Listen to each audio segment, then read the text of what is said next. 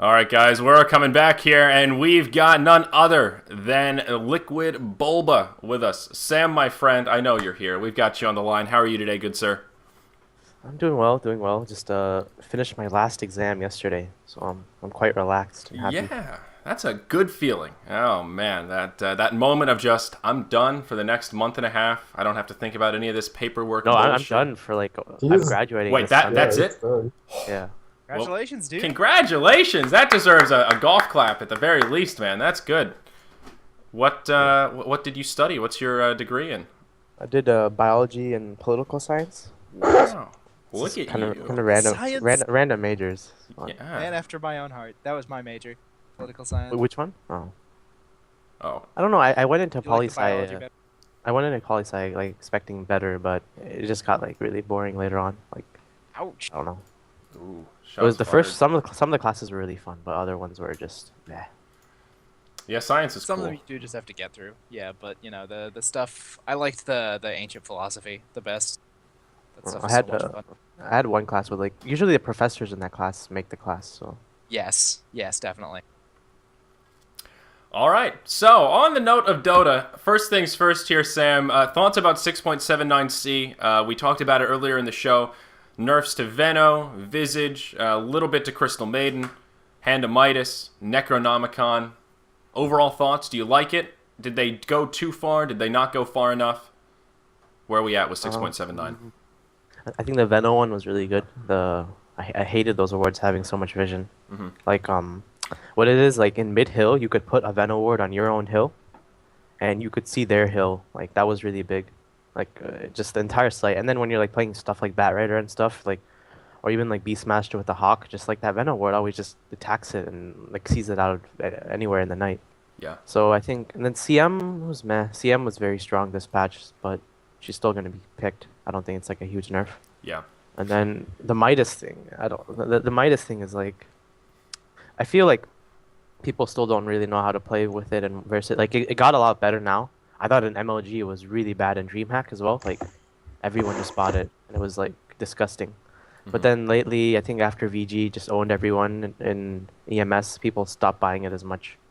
So it's even the nerf will obviously make people buy less. But like the whole reason you buy the item is because like it's an item, then it reduces like all risk, right? Just it's like risk aversion. Just Right. you want the least amount of risk in your game, and then if you're ahead and you get a Midas, it's just like you're guaranteed like a lot of money. But the problem I have with that is it just makes games really slow. So like, say you're playing versus a team, and then it allows teams to actually come back. Like it's like I think it's people look at it like you get this Midas and then you're set for the game. But when you're up like 10K and like 6K of that is just 3 people buying Midas with that 2K gold. And then they buy like useful items and then beat you in fights. It's like it's that other side as well. Yeah. So I'm happy people are like not buying it on all heroes, but Mhm. I don't know. It's like it's people still didn't really figure out how to play versus it. Yeah, and I think you're absolutely right about the Veno nerfs, and I think we'll really start to see him fall off as that kind of quote-unquote god tier first ban, first pick material. Still a really good support, but now that his night vision is normal and not just absurd compared to everything else, I like the movement speed. I mean, I nerf think as well. the thing with Veno is like you can pick him in and he's so versatile. Like it doesn't happen as much in Western teams, but I think like the Asian teams like they'll first pick it because it can go mid. Mhm. It can be even like a solo like aggressive tri-lane. It can be a support, and he also just it does so much damage. It's just like the versatility, and that's why Alchemist is really strong as well right now. I was 'Cause just he going to can- bring that up, yeah. Yeah, he can do anything. He can be a mid. He can be a carry. He can be a support. It's kind of like a while back there was the whole Windrunner fetish, where Windrunner like people would just first pick it 2 years ago because it was so versatile, right? Yep. It was back when like a year and a half ago or so, but it could go off lane, can go mid, can be Yeah. like solo safe lane. Yeah. Yeah. Makes it a pretty valuable first pick. I've been enjoying seeing Alchemist, but that unstable concoction. One of the things with him again, in the 6.79, they made a lot of things a lot of things that were not disjointable able to be disjointed, and for some reason, unstable concoction didn't make the cut, and that's one of few really big, powerful abilities that is not disjointable. And you see that concoction following people all the way across the map. One of several things. I think like people undervalue that. I think that's his best spell by far. Like, yeah, his ultimate's legit. All his spells are like so like strong, but that stun is just so broken. Wait, it's just so stupid. Do people really argue that Concoction is not his most I don't know. powerful? I see people in competitive games. They go like level 3 acid spray, level 2 stun, and like max Greeble Screed, and then they just lose the game because the other team just runs over them. When like you can just, I think you should max the stun no matter what. Yeah. Even if you're getting free farm, I still think like it's like you can always catch up. Like that Goblin Screed spell isn't just something you can just snowball off. It's something you can always catch up with as well. Like you just go and get kills, and then with the whole Midas fetish as well, and now it's like you can always come back as well. So I think just that if you fight early with that hero, and you just, that's why he's so good mid. I think like that's why Super, the guy from VG, just owned everyone, because just like he just got like level 4 acid the stun at level 7, and he just went ham.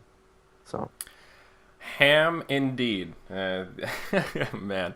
I'm enjoying your use of the word fetish. I think I need to work that into my vocabulary a bit more often. I mean the reason I say this because like I guess it's not fetish, but it's like people are just an like obsession, yeah. People just follow everything other people do, and that's one of the reasons with Midas. Like everyone just saw this LGD misery.int go it, and then all of China started copying it, and then most of the Western teams started copying it. I mean, I understand the reasons, but right. I hate like personally like I've only bought Midas 2 of my competitive games out of all of them. Really? Maybe it's because the heroes I play, or maybe that's why we're losing. Maybe I should buy a Midas on Beastmaster and Clockwork and shit. Maybe you should start playing OD. Whatever, man. I hate that hero. So that hero's disgusting. You brought up a hero that I actually wanted to ask you about, and that is the mighty Rexar Beastmaster. Talk to us about him in grave detail. Why do you pick him? Why are not other people picking him? And in what lineups does he work well? I think he fits when you need when they have single core. He's very good because you just stun the guy in the fight, and then you own. And then he's good versus some of the heroes right now, like Weaver. He's very good versus him.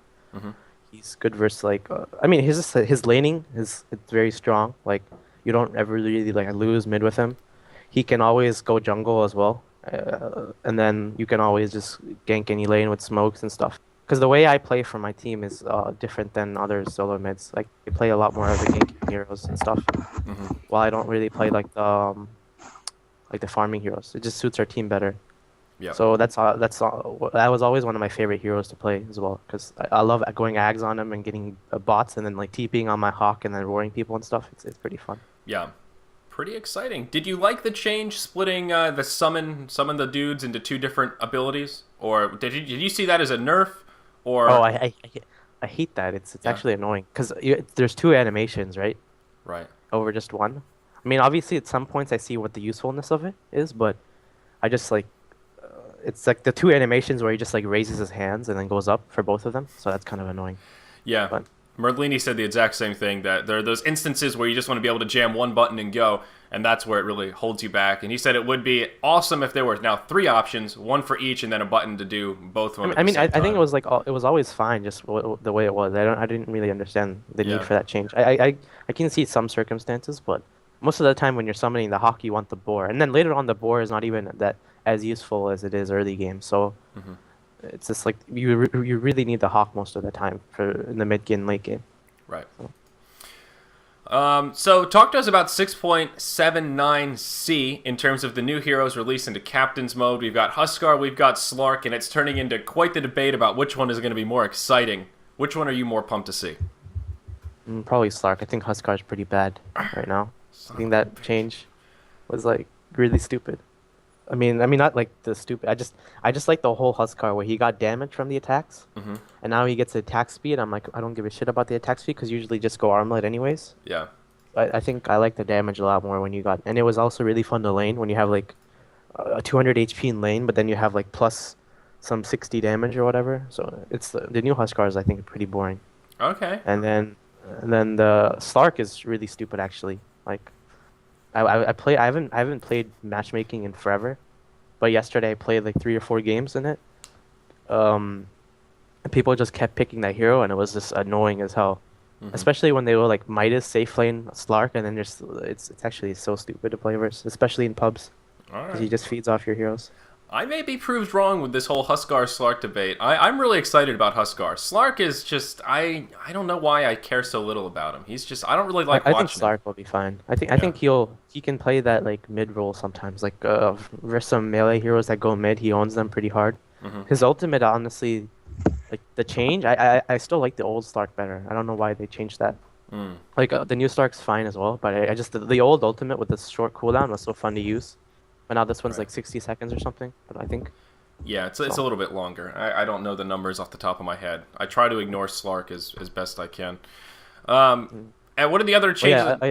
Go ahead. The Elder Titan change. Yes, That's that was- one that comes close to my heart. Get out of my Obviously, head, the man. hero is like the broken piece of shit. I mean, not a piece of shit. I don't mean that Elder Titan, but he was very broken. Yeah. But he just like I think they're nerfing him. Like I don't know. I think the aura should go down. Maybe like not full. It should be 100%. Maybe it should be like 75%. Mm-hmm. But this nerf hurts his early game quite a bit. Like he usually what your plan was with the Elder Titan is you wait for level 10 to really have those two disables. Mm-hmm. But now with this the nuke not doing as much damage with the aura, I think there might have to be some reiterations of the skills. Like you might have to not you can't really just go for 0-4-4 in some situations. And playing him mid will be a lot harder because the damage isn't as high. But mid and late game, honestly, I think that's where he's strongest, mid and late game, because you have some Weaver on your team or you have some Luna, you have some agility carry on your team, Mm-hmm. and they have like a bunch of armor from their agility, and then you just like go next to them and they have no armor at all. That was what was really broken about it. And also, the whole thing about magic damage is like late game people buy a lot of armor, and then their BKBs will go down and stuff. So that means your magic spells, like I think spellcasters are very underrated late game. Like, so he just buffs them even more. Right. So that's why he's strong, I think. Yeah, and the vision nerf I think is one of the bigger things because that's one of many things about Elder Titan that makes him so yeah, good. the vision as well. The It's just free scouting. Yeah. vision like in this game is just huge. Like you didn't really notice it before this patch, the 6.79 overall, but once all the heroes that had nighttime vision got like removed and stuff, their nighttime vision, it just like you could feel it. Yeah. So Just feel it in your bones. Yeah. Yeah. So talk to us a little bit about Tinker. I saw on your Liquidpedia article, I put it on my flashcard because it was kind of interesting. You're credited with pioneering the, quote, early March of Machines build on Tinker. Talk to us about that a little bit, and Tinker in general right now in 6.79C.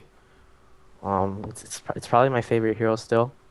I think that was my favorite hero in Dota 1, but I used to always go March and Missile. I mean, I used to go Missile and Laser in Dota 1 because the March didn't like do the Ancients as fast, and March just was not as strong in Dota 1. I felt like it was still strong, but it felt like the robots didn't go that fast as they do in Dota 1. Mm-hmm. And it was a lot easier to like dodge the robots in Dota 1, but Dota 2 it's very hard.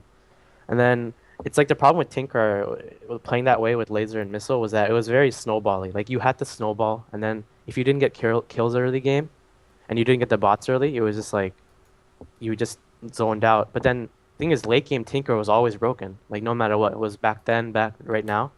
But it's like with the March build, it was like I saw how broken it was, and especially at the time when I started playing with it, March was actually really ridiculously broken. Like they fixed it sometime over the summer before TI2, but at that point it was just doing insane damage. Like if you walked into it for literally 2 seconds, you'd go from full HP to half. Mm-hmm.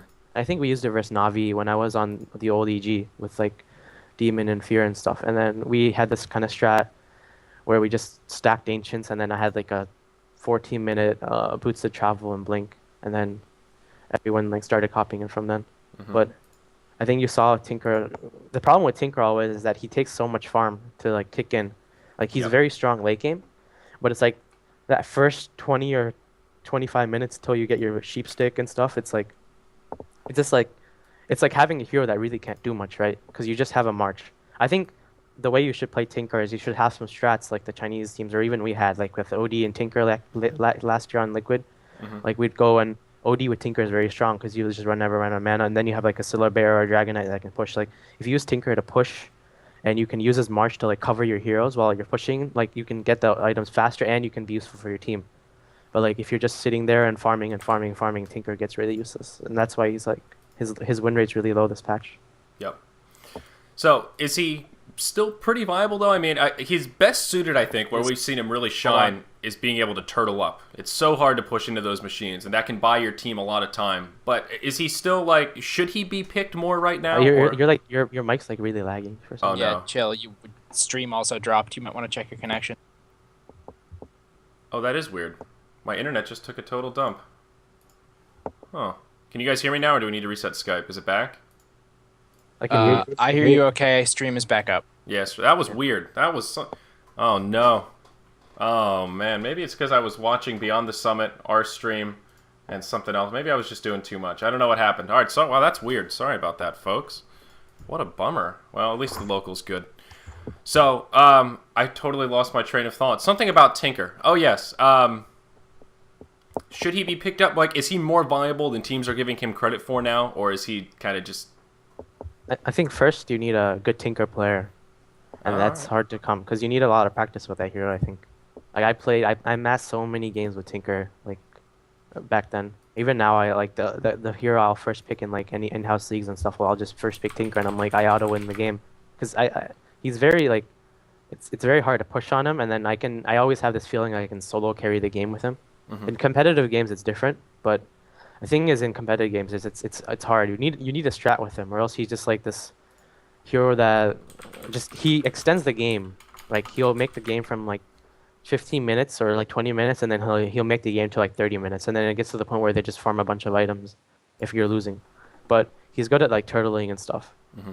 Yeah, absolutely. Definitely good at turtling. That is kind of where he shines. So talk to us about Team Liquid a little bit. We are going to have to wrap here in 5 to 10 minutes or so, but talk to us about Team Liquid. And I also remembered as I was going through some of my notes this morning that you were an It's Gosu guy for a while. You guys were on It's Gosu before you joined Liquid. I used to work with It's Gosu, some small world action here. Any it was It's before Gosu EG. stories? Yeah, way back. It was like I think it was like a year and a half. It was the year before TI2, and I was on a team with a bunch of friends at first. It was like 1437, PowerNet. What else was it? It was like no, it was like I'm talking the original 1437. Oh, it was Frankie. Universe was there as well, and then Infinity from Dignitas, and then it became like I think Infinity left, and then Korok joined with Painted Gold, and then I got the offer to join EG, and then Universe came along as well, and then that was the end of the team. But that was a while back. Yeah, it was a long time ago. I wanted to make mention of it just because I had a decent bout with It's Gosu before it ended poorly, and I guess their organization sort of disappeared. I think their website is still live, but did you find them well? Was It's Gosu a good experience for you, or were you pretty happy to have an opportunity to move into a real team environment such as EG and Liquid? To be fair, at that point, most of the sponsors were just kind of like, I don't want to say it, but like they were just abusing players at that point because Dota was just starting up, and I doubt any teams at that point got really any salary except like one or two. I think EG got the salary. I don't think it was as high as it was now, but I think Navi as well. But at that point, they were just like, you saw these random sponsors come up with teams, and you didn't really know who was legit or not, and that's why that was like the entire history of Dota as well, like Dota 1. Like you see these players, like these old school players, like they'll tell you about the kind of things that sponsors did. Like there was a lot of, that's why a lot of Dota players, they have this kind of thing towards sponsors, like in teams and stuff, because just it was a lot of like shadiness in Dota 1, but in Dota 2 obviously it's like 10 times better because it's esports is getting a lot more noticed. But yeah, it was an odd time, that's for sure. So talk to us about Team Liquid a little bit. I see someone in chat who has asked several times, and he's now spamming in all caps, ask about the goddamn Team Liquid games that are getting postponed. Could you speak to that at all? I think there's only one game getting. It's the Sigma game, and that's because I couldn't play much this week because I had exams. And then they also had, one of them was like taking a break till next Tuesday or so, two of them. So, we're playing like next week some point, I think. It's like some third place game for D2CL. I don't think we have any other match because right now it's like the off season. Right. Well, thank you for clearing that up. How is the state of Team Liquid in general right now? Are you finding yourselves well? Are you reevaluating? I know you guys had MLG Columbus, which was... I mean... What's the right word? Lackluster. Yeah, it was. I think before the patch came out, I think we were very strong. We knew how to play, Hmm. and we knew how to pick. So it was. I think we were like really good in the old patch. But then the new patch hit, and then like the playstyle we had in the old patch, it was kind of like alliancey. Like Quake like played the Bulldog heroes, and TC kind of played Lotus heroes, and I usually played like S4 heroes like Batrider and stuff like that, and Hmm. Puck. But as soon as the new patch came out, it was no Can one you really knew what to throw a do, punch? and I guess we just adapt very slowly to times. I thought we should adapt faster, but we just adapted really slow, and then we didn't really know what to pick. And then then after like the first week of the patch, we went on some 20-game win streak, but like the way we played in during that 20-game win streak was very single dimensional. Like people just gave us our heroes. Like I got Elder Titan like 4 or 5 times in that 20 win streak, and every time I get that hero, it's like a free win. Hmm. Like it's just like it's impossible to lose that hero if you just know what you're doing. And then we also got Furion a bunch, and Furion was kind of a free win as well. Hmm. So we just knew how to play with these heroes, but it was just like besides that, from we and then like we were still doing well, and then it was the day before MOG, and we were still doing fine, and then like we played Alliance, and we thought Alliance and us were pretty strong. Like we thought Alliance was gonna win MOG. Like we thought they were really legit. Yeah. And I'm sure S4 even told me as well, like they were doing really well before MOG. And then we go into MOG, and us and Alliance just totally suck. Like we beat Alliance, and then they like lose as well, and then we just like I don't like an Alliance and like totally suck, but like you expect from them to have like first place or second place or third place, but it felt like both of us didn't really know what we were gonna pick because we have very similar play styles. So MLG was just I thought we got outpicked in every game. Like I didn't think we had one game. I think except the game versus Alliance and like obviously versus like Pretty Boy Swag, Hmm. we got outpicked. But we already went through that together, and we agree that was like a lot of it was because we had like Viper carries and like weird stuff like that, and like Silver Bear tri lanes and stuff. I don't know, it was like weird. It was a weird tournament. We really didn't know what we're doing.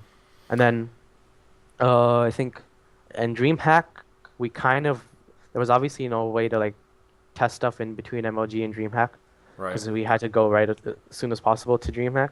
And then DreamHack we had a better idea of what was gonna happen, but the problem was like we go into DreamHack, and then I don't think we really got outpicked. I think we just played really bad in that tournament. Like we should have won. I don't know if you watched the games. I know Charlie watched it, but there was this like third game versus Navi the first day, and we should have. I don't know. It just they outplayed us like in the mid game, and we had such a good start. Like we won all our lanes. Like Havos had like a 16 or 17 minute Midas on Nakes, and we just like it was just really like I don't know. We just played really bad. We just got caught everywhere and stuff. It was just like really depressing. Hmm. And I think the problem with us is like we'll play these best of threes, and then we'll lose a game in it, and then the next game everyone's just like demoralized and stuff. I don't know if that's because we're inexperienced together or stuff, but it seems like we just got really emotional, and like it was very demoralizing and like that the games after. And then the same thing happened versus Alliance. It was like the first game versus Alliance and DreamHack. We played versus with CK, and we did really well. We had really good rotations, and we lost the game. And then the second game was a game where I was clockwork, and I was 10-1 at like 16 minutes, Hmm. and we should have won that game. There was no reason we lost, but we still lost that game. So just like playing these games, and then we knowing that we had a good lead, and then we just like falling into like this cycle of just like playing horrible in the mid game was just like it demoralized a lot. So then we came back, and then we lost again to Fnatic in the D2L, and we learned a little bit more about the patch after DreamHack. So we thought, but Fnatic was playing really well at that, really well. Obviously, they still are. So I think they were a way better team than us at that point. So they beat us, and then that was like basically like those were the three tournaments that were the big tournaments at the point. Like Yeah. D2L with this Vegas finals, MLG, and then DreamHack as well. So we lost all three of them, and then yeah, it's like basically the off season. So I think it's just Yeah. not people just don't really like we still don't really know how to generally play this patch that well, I think. Well, now you'll have some time in between tournaments to work it out, practice, scrim, have a little fun in ranked mode, perhaps. But, Bulba, my friend, I'm sorry we're going to have to cut this here. I got to prepare for my Star Ladder coverage. But any shout-outs you want to make for us here? Of course, your Twitter is up, at Liquid.BuLba. Make sure you guys give him a follow. But anything you want to shout out to, my friend, the floor is yours. Shout out to my team, Team Liquid, and its sponsors, Razer, Twitch, Barracuda, Need for Speed, and Shiny Things. And then shout out to I guess to my Twitter tag or whatever, Liquid.BuLba. And then shout out to the player that's been stuck on the plateau for the same past years, Charlie Monolith Yang. Can you He's kill been yourself? he's been a you low fucking skill idiot? player for the past 4 years. Like this guy, I knew him I played with him in Dota 1, and he was really bad. And then I expected after 2 years that he'd get a little bit better, but he's still awful.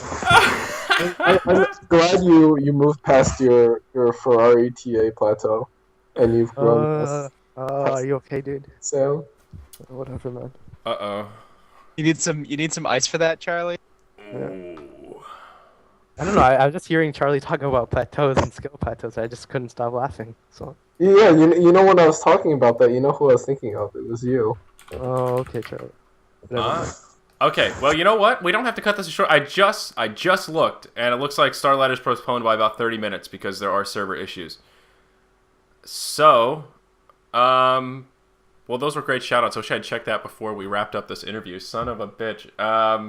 Do I have anything else on my list? Thank you for those shout-outs, though, and I do appreciate you making some time, BuLba. I know your schedule is quite busy, even though you just finished your semester. We do really appreciate it.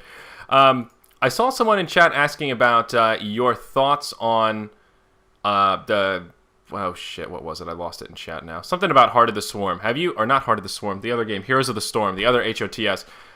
Have you had any opportunity to play it, think about it? Do you have any... My internet's really shitting.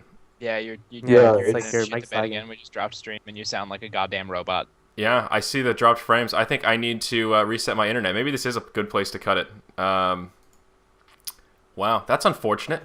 Fucking hell, what's going on with my internet, man? All this snow is clogging up my computer. So, all right, I guess we will cut it there, and yeah, I'm gonna unplug my router and plug her back in and see if that fixes some of it. So again, Sam, thank you for being here. Charlie and Chris, we don't have a guest lined up quite yet for Monday, at least not that I'm aware of. But of course, the social media will be vibrant once we have someone secured. Charlie, is there anybody semi on the docket? Do we have any little teaser? No. I don't know. I'll see who's available for the holidays. Oh yeah, holidays are coming up. Yeah. Maybe we'll take a winter solstice here. Take a week off. We could do it we could treat ourselves after not missing an episode for Christmas time. What a nice gift that would be. We'll think about it. Food for thought, guys. Again, thank you for joining us here on the Dota Radio Morning Show. That was episode number 21. Make sure you check us out on the web, dotaradio.com/morningshow. And as always, if you want to email in, keep those questions rolling, morningshow@dotaradio.com.